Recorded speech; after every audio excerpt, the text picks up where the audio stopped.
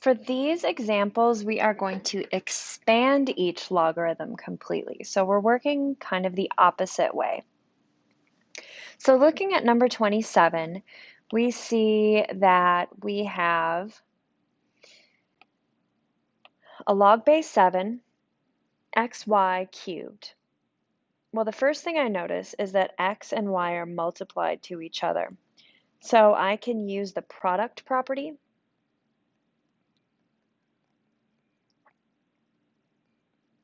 to expand that across addition. It's log base 7 x plus log base 7 y cubed. The next thing that I notice is this little exponent of 3 right here. And I know that my power property will let me take care of that.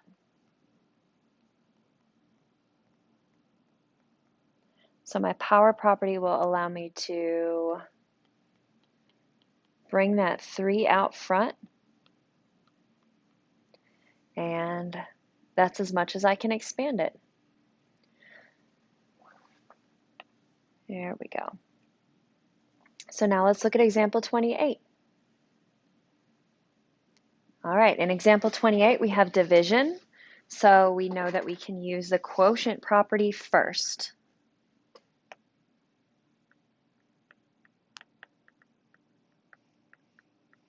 And the quotient property allows us to expand the logarithm over subtraction. So I have ln m cubed minus ln n to the 7th. And now I have these two exponents, so I can use the power property to bring them out front.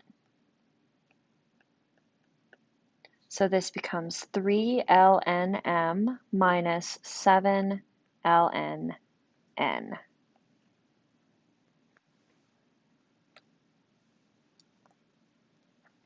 Now let's take a look at number 29.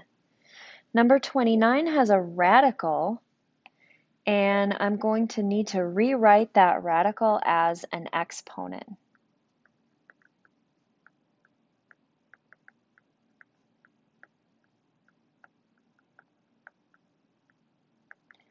So this becomes log a cubed b to the 1/2.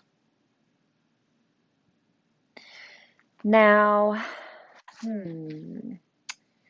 I am going to need to attach that 1/2 to both of these multipliers. So log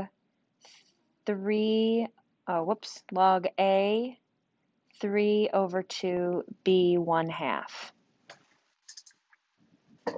If I didn't distribute that exponent to each of these, to the a and the b, then I wouldn't be able to use the product property. And the product property allows me to expand over addition. Log a 3 over 2 plus log b 1/2. And now I can use the power property, and I can bring those exponents to the front. 3 over 2 log a plus 1/2 log b. And if I wanted to get really fancy, I could write it like 3 log a over 2 plus log b over 2. This could even be 3 log a plus log b over 2. That's expanded pretty nicely. I guess I would actually stop here, because if I'm expanding, I want it to be as wide as I can get it. So I would probably stop here, because this final step that I took is kind of more condensing it a little bit more. I don't know, you get carried away sometimes. All right, let's look at the last example in this section, example 30. So for example 30, I see that there's this little 4 out here, and I need to attach that to the numerator and denominator before I can do anything else. So this becomes c 8 over D4. And now I can use the quotient property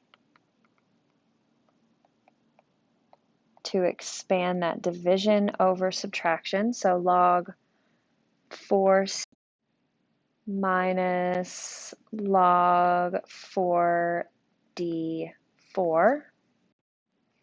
And now the last step is to use the power property to take care of those exponents.